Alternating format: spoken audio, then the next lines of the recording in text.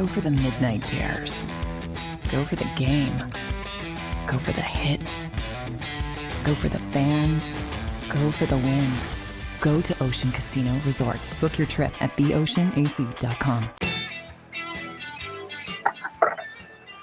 Hey everybody, welcome back once again to the JAKIB Media YouTube channel. This is Draft Takes. I'm Derek Gunn. It is brought to you by Local 98, IBEW Local 98. Mark Lynch is your business manager. Thousands of you have continued to follow us throughout the course of the draft. We thank you so much. Keep smashing a like button. Keep subscribing to the JAKIB Media YouTube channel as well. Of course, the Eagles have had a tremendous draft, and as Howie Roseman does each and every year, he shocks us in some ways. And I think one of the biggest shocks of this particular draft is what they were able to do with that second pick in the first round. Instead of sliding down and trying to slide up, oh no, they make a trade. They go out and get not just a wide receiver, but they got a proven commodity in A.J. Brown from the Tennessee Titans. And for a few moments, I want to bring in the godfather, the dean of football in this region. You know him from NBC Sports Philadelphia, WIP Radio. He is a Hall of Fame writer. He is one of my all-time favorite people. I refer to him as the godfather of football knowledge, Ray Didinger. Ray, how you doing today? I'm doing great, Derek. How are you? Good. So how shocked were you that the Eagles were able to pull off this deal and get the likes of an A.J. Brown? They gave up 2 high commodity draft picks to get him. But wow, they get a guy whose just talents are endless. Yeah, I was very surprised. I knew they were going to come away with a receiver, at least one, this weekend. But I didn't see this. I thought they were going to draft. And listen, there are plenty, and the draft has shown there are plenty of wide receivers in this draft. And I thought that was where they were going to go looking for help. But if you can turn a draft pick into a proven Pro Bowl player already, I think that's pretty smart. What happened that night was one of the hazards of live television, because they came to us. They came to us right away as soon as the trade was made to go on streaming, and I knew the whole A.J. Brown story, and I was aware. I don't know how many of the people in Philadelphia or in our audience were aware of what the kid went through last year, the emotional issues he went through, the severe depression, the open conversation about having suicidal thoughts.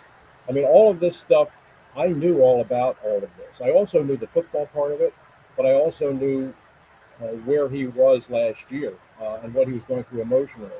And so when Barrett and I came on to announce the thing, Barrett, of course, was very enthusiastic about the Eagles getting a big-time playmaker. And I'm going through my mind, how much of this other stuff do I really want to get into right now? And I wasn't very comfortable with it because I really didn't know. I saw his press conference when he talked about what he was going through, and it was pretty intense. And I didn't know where he was today in relation to that. So when Barrett threw it over to me and said, "What do you think about the trade?" I said, I have my concerns about this. And I didn't want to get into exactly why, but I just kind of put it out there that I understand why people are excited, but there's a lot more here than people understand. But I didn't want to get into it at that time. And I think that, AJ's going to come in here and he'll do a press conference, and I'm sure he'll be asked about it, and he'll be able to explain it in his own terms. And he'll be able to tell it the way he wants to tell it. But that night, Derek, I think you can understand what live television is like. I mean, this was pretty deep stuff. And I didn't want to just kind of, at the first 30 seconds that he was in Philadelphia, just kind of throw all this stuff out there and kind of muddy the water. So I just kind of said, look, it's not as easy as people think here. There's a lot of stuff going on here, but it's more than just the football that needs to be sorted out. But over the course of the next 24 hours, I made some phone calls. I talked to some people, contacted some people online who were closer to the story. And what they said was, yes, he went through a really rough time, but he's gotten help, and he's cool now, And everybody said he was a great kid. We know what a terrific player he's been. So now I'm pretty comfortable with what the Eagles did. But at the time, knowing kind of everything that I knew, Yeah, were there concerns? Sure there were. But it looks like, thank goodness for him and for everybody else, it looks like he's worked that out. Ray, if there's an organization that knows a thing or two about dealing with anxiety and depression, it's the Philadelphia Eagles when you talk about what they went through with Brandon Brooks and Lane Johnson. Right. And Derek, I mean, you've been around this game a long time. You're close to the players. I don't think the average fan really understands that part of it. The mental part of what these guys have to deal with, the pressure that they're under, the expectation, and the other part of it, which I found out from talking to some people down there, which was a big part of AJ's problem, was the whole social media thing. Apparently, social media is, listen, it's a tremendous vehicle that society lives in today, but it can be very destructive. And we've seen what it's done to a lot of young people.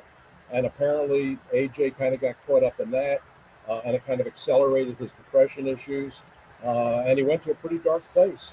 But yeah, I mean, you know that a lot of these players, that the coaches all try to say, stay away from social media, stay away from.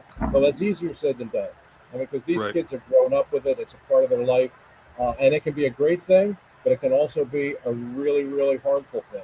And apparently AJ went through it, but hopefully he's resolved all that. And when he comes to Philadelphia and steps on the field, he'll be the guy that you saw go to the Pro Bowl in 2020.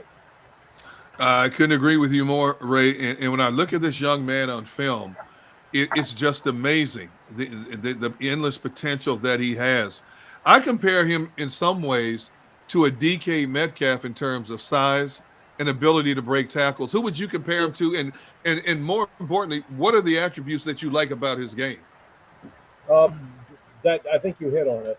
The comparison, DeAndre Hopkins is another one that's similar type, that can really catch the ball, but is very dangerous once he has the ball in his hands. I mean, if you go back and you look at, especially 2020 when he was so good, 2020. I mean, how many of his touchdowns was he breaking 2-3 tackles to get into the end zone? I mean, it's he catches the ball well. You're right. He runs good patterns. Very smart receiver. But when he's got the ball in his hands, he's tough to bring down. And I think that the pairing of he and Devontae Smith will be a very good one. I think they complement each other very well, and it helps. It certainly helps that he's already got a relationship with Jalen Hurts. And one of the priorities of this offseason was getting more weapons for your young quarterback. And if AJ Brown can come in here and be the player that he was his first 2 years in the league, last year was a down year for him. There's no question. Yeah. I mean, you look at his numbers reflect it. But if you watched his play, there were a lot more drops. He missed 3 games with injury. It was a tough year for him all around. But if he's healthy now and he can come in and be the player he was a couple of years ago, this offense becomes much, much better.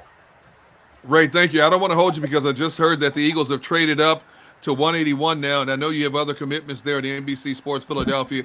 I thank you for hopping on with me. I love you to death. He is Ray Didinger from NBC Sports Philadelphia, WIP Radio, Hall of Fame writer. I only wish I could have done a third of what he has done in his career, and I thank you, my friend. Enjoy your football Saturday, man. You too. Always a pleasure, Derek. All right, brother. All right, that's going to wrap up this segment. Of course, Ray, very insightful on the trials and tribulations that and A.J. Brown went through. Hey, don't go anywhere. We've got a lot more coming for you as well. This is the JAKIB Media YouTube channel. This is Draft Takes. It is presented by IBEW Local 98, Mark Lynch, business manager. Don't forget, each and every day, Monday through Friday, from noon to 3, we hope you tune in for Barrett Brooks, Rob Ellis, and myself on Sports Take as we cover everything in the Philadelphia region. And also, hey, make your summer plans right now at Ocean Casino Resort, the exclusive provider of all JAKIB Media content. Go for the beach. Go for the win. I'm Derek Gunn. This is Draft Takes. Don't go anywhere. We've got more coming.